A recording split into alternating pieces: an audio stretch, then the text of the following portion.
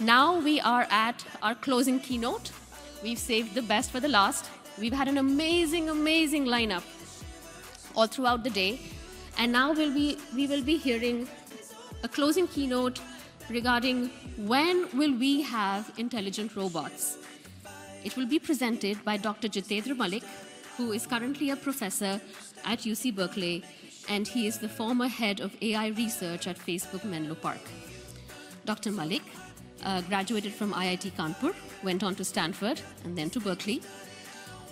There's a lot of cool stuff you'll find on his LinkedIn profile, like he's the fellow of IEEE, he has affiliations to the National Academy of Sciences, the American Academy of Art and Science. But what really stood out to me when I was talking to him is that he was a student of John McCarthy, who is known as the inventor of artificial intelligence. Dr. Malik started working on AI in 1980, and he was working on his first paper on AI in 1983, that is 40 years before today. And I asked him, today AI is so cool.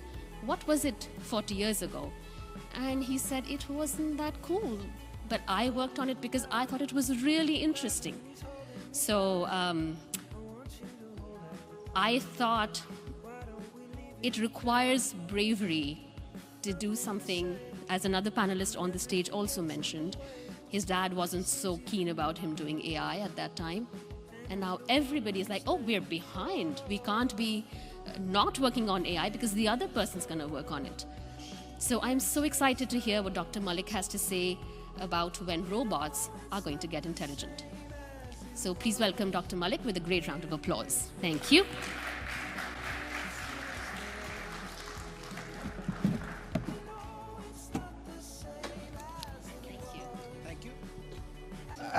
This whole day has been about AI.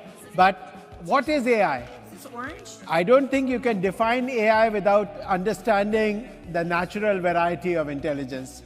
And the natural variety of intelligence you can only understand if you think of it in a biological context. And in biology, everything makes sense only in the context of evolution. So something like 550 million years ago, you had the first multicellular animals emerge, and these could move about. And when they could move, they got an advantage because they could find food in different places. But to find the food in different places, they needed to have some form of perception or vision, something which would tell them where to go. And this set off an evolutionary arms race. And essentially, there were predators and prey, and so the predator tried to find the prey, and the prey tried to camouflage, the prey tried to move faster, so the predator had to move faster. And there is this saying, we see in order to move, and we move in order to see. The essence of intelligence is the sensory motor loop, the connection between perception and action, or perception and movement. And that's what most of evolution is about. If you look at the brain and you look at where the neurons are, there are some in perception and some in action. If you move to the human evolution, you can start off as humans moving out from primates. Okay. So something like 5 million years ago is when you have the hominid line, where you have humans splitting off from primates. And the key aspect there was the hand, the human hand, which has an opposable thumb, which enables us to make tools and use tools. And the development of the brain followed the development of the hand.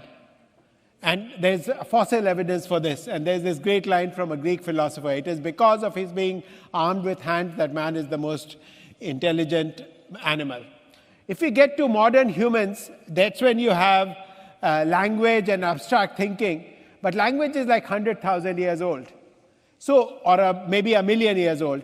So if you think of intelligence as being 24 hours, language is merely the last 2 or 3 minutes. So that should give you a sense of how to appreciate language. And today, of course, you hear a lot about large language models, and they're remarkable. ChatGPT has really, we are talking about it every day in the press. And these can do very well in things like SAT tests and law exams and so on and so forth, operating at the 80, 90 percentile. However, I want to contrast the developments in these language models with self-driving cars. Again, something which we are all very aware of in the Bay Area. The first self-driving cars were 40 years ago. In the late 1980s in Germany, this fellow, Dickmanns, showed a car going on the Autobahn. And in 1994, they had a car which went from Berlin to Paris. And yet, we don't really have fully self-driving cars. In fact, I mean, there are lots and lots of false claims. I mean, I picked something from Elon Musk, which they claimed in 2019 there would be, that next year there'll be 500,000 cars. And I think now we are kind of there. In 2023, I would say that in San Francisco, you have self-driving cars from Waymo and Cruise, but it's taken a long time. Now, this is weird, because an 18-year-old or a 16-year-old, we can give them 20 hours of instruction and they can drive a car, right? This is easy. And then the thing for which lawyers spend years studying is where we are at the 90 percentile. So there's a contradiction here. And let me point further to this contradiction by a set of things which you can do in a kitchen, which a 12-year-old can do in a kitchen, okay? No robot can do all of these. No robot today can button your shirt, okay? No robot can peel a potato, okay? I want one robot which can do all these tasks, and we can't do this, what a 10-year-old or 12-year-old can do, and yet we can do law exams. So this is a famous paradox which everyone who really works in AI knows. It's called Moravec Paradox. It is after a guy called Hans Moravec, who was a professor at CMU. Moravec said, it's comparatively easy to make computers exhibit adult-level performance on intelligence tests or checkers, but much harder to have the skills of a 1-year-old. Pinker has this great line, the hard problems are easy and the easy problems are hard. Chess is easy. Go is easy. Even language is not that hard, as we know now. It is the stuff that a 12-year-old kid can do, or even a 5-year-old before they go to school can do, which we are having trouble replicating in AI. So the gardeners, the receptionists, and cooks are secure in their job for years to come. So why is this? So the question is why, right? That's an interesting question. Moravec's argument was that what took 550 million years to develop over the course of evolution is much more difficult to reverse engineer, right? Language is like 1 million years, or chess is like 2,000 years, right? But there is a better argument. I think that the better argument really is one about data and the availability of data on the web. The language is text, books. So all of Wikipedia, all the novels that were ever written, they're all on the web. All of that text is available to bring into your language model. Whereas when we are talking about sensory motor action, we are talking about the commands that go in from my eyes to my brain, the commands that I issue to my muscles, the sensory motor essence of our daily life. This is very private and personal and not uploaded on the web. At least I don't go around uploading all this on the web. Okay? So none of this data is available on the web. So it is really because language is already on the web that it has made it convenient. The techniques of modern AI, machine learning, are based on big data, and big data is readily available for language. This, of course, doesn't mean that this problem is not important. And what can we do? So I will show you some progress on this direction. So this is a robot from our lab, which is walking in some, this is some area near Berkeley. This is also, yeah, thank you. So this robot is now it's downstairs. By the way, this robot is blind. Okay. And here is the same robot in some different conditions. And then, okay, and so forth. Okay. So this is what you have to do for a robot. It must work, and it must work in many, many different conditions. So I think I'll have a few slides which are technical in nature. So this important point about what is the essence of intelligence is about generalization. If my computer has to recognize a cat, it has to recognize a cat because in different breeds, under different poses, under different lighting conditions, under different backgrounds. That's the problem of pattern recognition, and it manifests itself in language, in vision, in everything else. In motor control, there are two problems. There is the problem of robustness, which is robustness to error. Many of you have probably done a control theory class sometime in the distant past, and you had to study all that, right? That's about like a thermostat is a little control system we all have. But there is this other problem, which is adaptation. So classical control, you have a model of the system, and you design a controller, but you design a different controller for different situations, okay? Because you have a mathematical model of that system, and you solve for the controller. What we need is adaptation. So my robot has to walk in many different conditions. How is it going to do that? That is the problem of adaptation. And this is where classical thinking from control has to come in together with the ideas from deep learning and machine learning. And you put them together, and that is the way robotics is going to be solved. And I'm going to take you through some examples. And I think of this as the next big wave. I think a lot of you are concerned with and focusing on LLMs, and that's fine. I'm really interested in what comes after LLMs. Okay, everybody knows about LLMs, and they will have some use. But LLMs is not the essence of intelligence. LLMs is like, imagine you want to go to the moon, right? And you start building airplanes. It's great, airplanes are very useful, but no airplane will ever get you to the moon. The essence of intelligence is the sensory motor loop in the physical world, which includes intelligence as part of it. But intelligence is not completely achieved by symbols in, symbols out.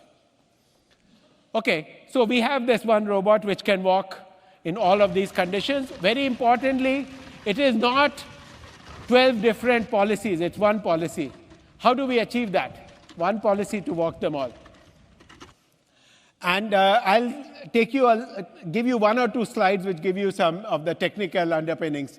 We have this algorithm called rapid motor adaptation, and you can think of it as bringing classical control theory together with deep learning. Okay, so again, this is my only slide which will have math on it. Okay, please forgive me for doing this at 6 p.m. before you're about to leave for dinner. Okay, but since you're supposed to be IITians, you're supposed to have taken classes on all this stuff. Okay, so here's this robot, and it has a state which is x of t. The state here corresponds to all the joint angles of the robot. And given that, you choose some actions. Actions here are indicated by A, which are the desired joint angles of every robot, and by changing them appropriately, you can make the robot walk. And this base policy was what people would call a controller, or the brain, if you will. What is important is that you have to be adaptive. Adaptation is the essence of intelligence. So that adaptation is made possible through this variable z, which captures, in some sense, the physical conditions.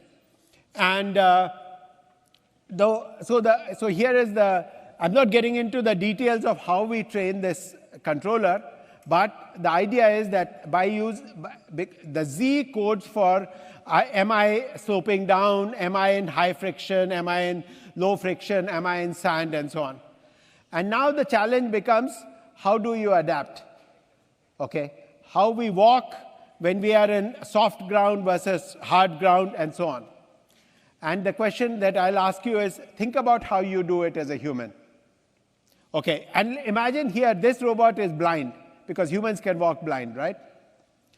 So it turns out the secret is quite simple, and this is like one little nugget to take away, which is that when we walk, so imagine that you are walking on hard ground.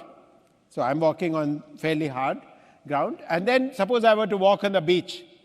And I keep issuing the same commands, my brain keeps issuing the same commands to the muscles. What will happen is that when I try to lift my foot, it will not lift up as much if I apply the same force. Why? Because in the sand, my foot sinks in. So when I try to lift it up, it won't come up that much. So that reveals to me that I'm in a different condition. And it can all be done implicitly. So I have this so-called adaptation module.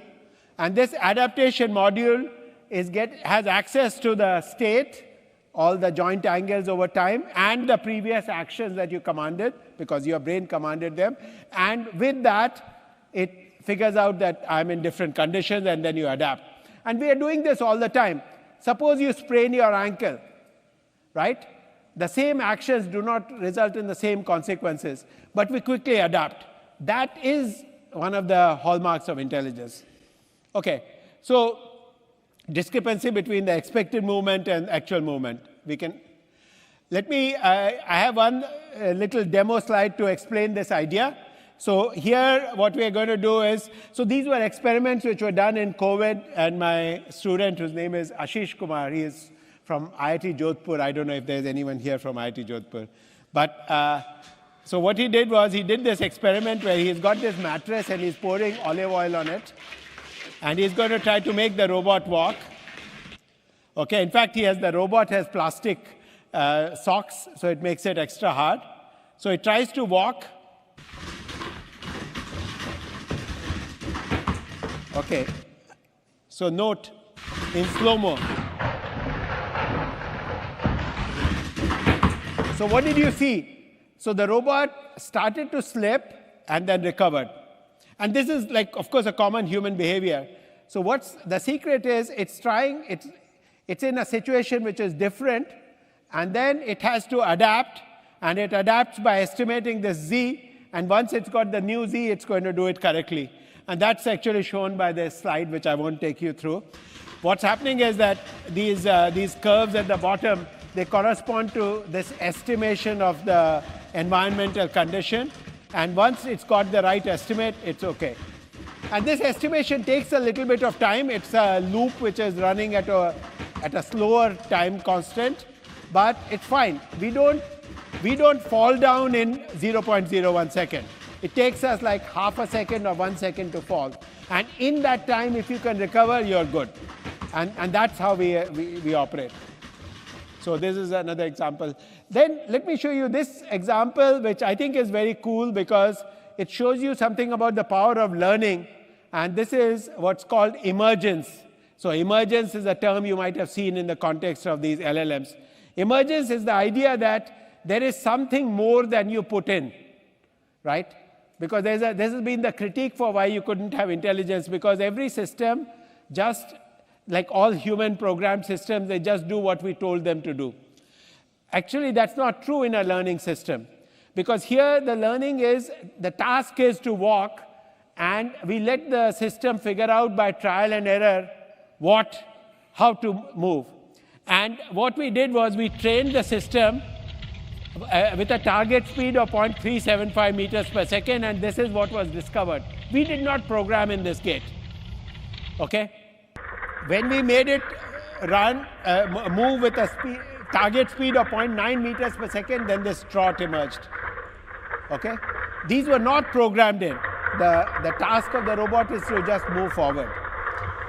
And then at 1.5 meters per second, it's a very different gate. And it turns out, so what's the explanation? The explanation is that the robot is being programmed to move forward, and it has a cost function, which is minimize energy. It turns out that energy is minimized by using different gates at different speeds. For humans, we walk when we are at slow speeds, and we run when it is at high speeds. Running is more energy efficient when you are going at higher speeds, and for a dog or a horse, there are many other things. So this is one of the cool things. The underlying machinery here is connected to optimal control, which many of you might have studied. And optimal control done with deep learning is reinforcement learning. And this is using that reinforcement learning machinery. OK, now I want to show you results which show what's the power of, what do we get out of vision? Why do we need vision? Can I walk blind? The answer is yes, I can walk blind, but I shouldn't go past the stairs, because on stepping stones or things like that, it becomes pretty challenging. And so here's some work which I'll show you. Again, I'll skip the technical details here. It's too late for that. But here, this robot has it's completely autonomous. It's got a camera on its head, and and then we'll try to make it walk. All it sees is what it sees with its camera on the body. So what you see is shown on the top right. And this environment is not known to it. We just create some various obstacle courses.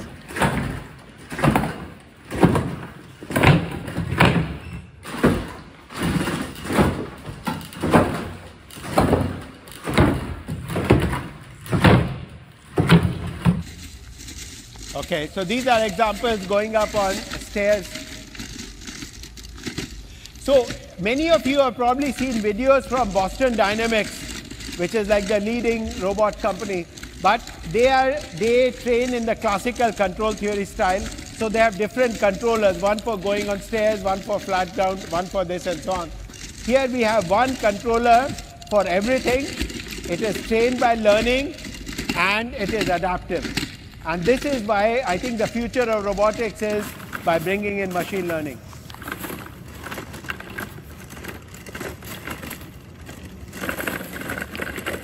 So do you think it'll make it?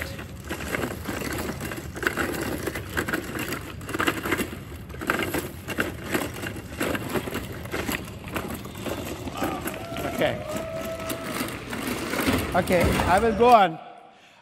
Okay, but so in a sense, the walking problem, we have results which show that you can do this with quadrupeds, you can do this with bipeds. That's what will be needed for humanoids and so on. But next, I want to talk about manipulation. This is the more challenging problem. What we can do with our hands. I said that a 12-year-old can do all these operations in the kitchen. Or in fact, a 5-year-old, when a 5-year-old goes to school, he or she has greater motor capabilities than the smartest robots of today. So we tried to tackle this problem, and we picked one canonical example, which is just swirling an object. Okay? It's intended to be representative of different manipulation tasks. So note what's needed. Advances in robotics are going to come also with advances in hardware. Most of the robots today that you see in industry, they have a parallel jaw gripper. Okay, it's very simple. It's just like it grabs an object. They don't use multi-fingered hands much. Or you have suction grippers. So there are tons of robots being used in industry today by Amazon and so on, which are used for picking up objects from some tray and then putting it on some delivery vehicle and so on. But it's all very simple stuff. To achieve the range of the human hand, the dexterity of the human hand, will need multiple fingers, sensing, tactile sensing at the fingers, etc., etc. So advances in robotics are going to come with a combination of mechanical engineering, electrical engineering, computer science, and of course a lot of biological inspiration. So here the point is that it generalizes, and I think I'll skip here.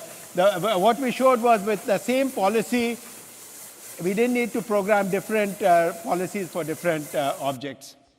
And okay, I'll keep moving. Okay, here's an example. So this is the more sophisticated version. And here what we have is a multi-fingered hand. There's also a camera which is looking at the object, and the fingers are equipped with tactile sensing. So robot hands have to be made as sophisticated as human hands. And that's going to take time. But with this, we can rotate about any of many axes. So if you remember your physics, your coordinate unit vectors and so on. So these are rotations about different unit vectors, different objects, and so on. And what we find is that actually the performance really requires the use of vision and touch. It'll be much more than that. It's the fullness of intelligence.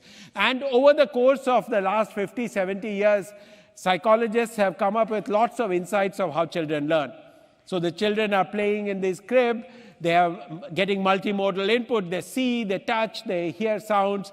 They do experiments There's a book by Alison Gopnik, one of my colleagues at Berkeley, which is called The Scientist in the Crib. So when you have this child, your toddler, who is who's throwing food on the ground, you should not get angry. You should say she is doing an experiment. She's learning about gravity. She's learning about social behavior. Okay? So you can distinguish between correlation and causation by doing A/B testing, and that's what's going on here. Okay? There is some insight about the development of embodied. Embodied is important. So it's cognition, which is thinking, but embodied means that it is in a body. Or there's a body which has sensing and which has actuation. That is the full intelligence. Intelligence is not a brain in a vat. Okay? Intelligence doesn't exist just in a computer program. Intelligence exists in a computer program connected with sensors to the external world, acting in the external world. So there's multimodal. We see, we hear, we touch, we smell, so on. We are incremental. Education is step by step. You don't teach a 3-year-old child about calculus, right? They build on each other. It's physical, it's exploration. Social, we learn from others. That's culture. What is culture? Culture is just what you have learned in your particular group over the years, and is transmitted from one generation to the next. And then there's language. And language is important. Language helps this transmission of information. It's for communication. But language is not the essence of intelligence. It is a small part of it. I could give you more examples, but I'll run out of time soon. So like, for example, we have trained this robot to learn in the real world. From as it walks, it learns. And I'll skip this because in the interest of time. I'll show you what we can do with robots in the real world now. So here's an experiment which was about navigation in the real world. So we have this robot, and we had this policy. So we did the following experiment. We took this, I wanted this test where we could not cheat. So what we did was we said, we're going to take this robot, we're going to rent an Airbnb, and I do not have any advanced knowledge of the Airbnb.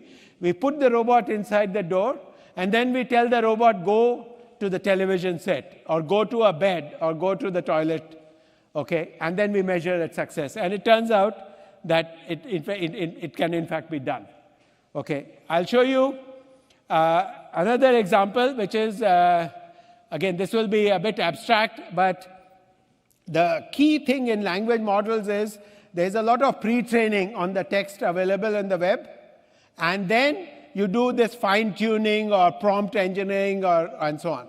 So there are these two stages. So the question is whether these ideas apply for robots.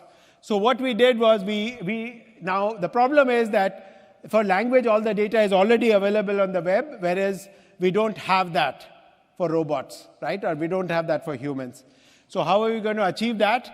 And so what we did was we have started to collect data in the lab. The idea was that there's a robot which is in the lab trying to do some tasks.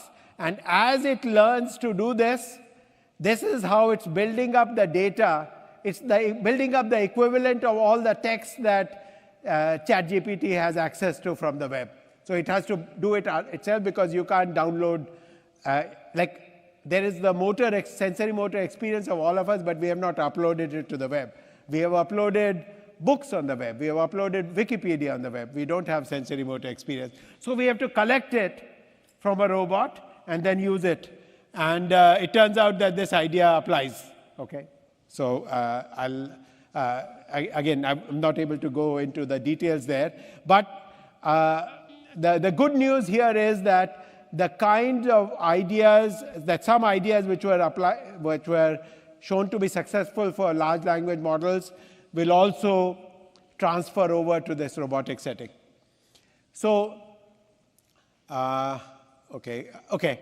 I'm going to conclude with this, trying to answer the question which my title slide said. It was meant to be provocative.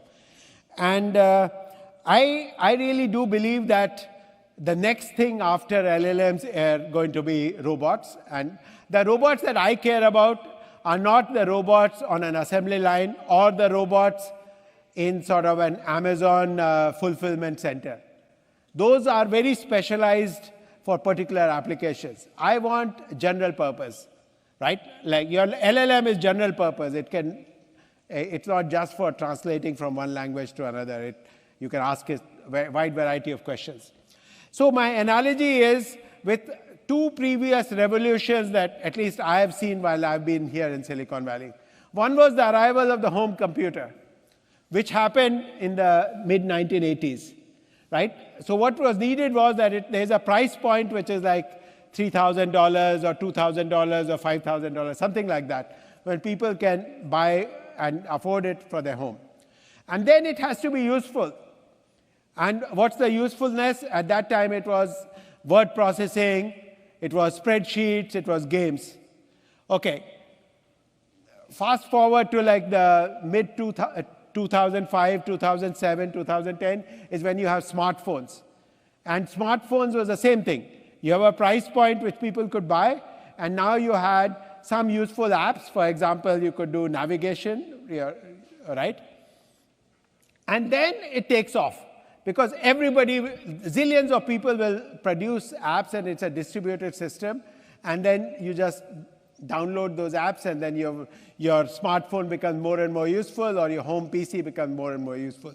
So if we could have a home robot which is in this price range, so the mobile robot that I showed, this quadruped, you can essentially buy that for $3,000 now.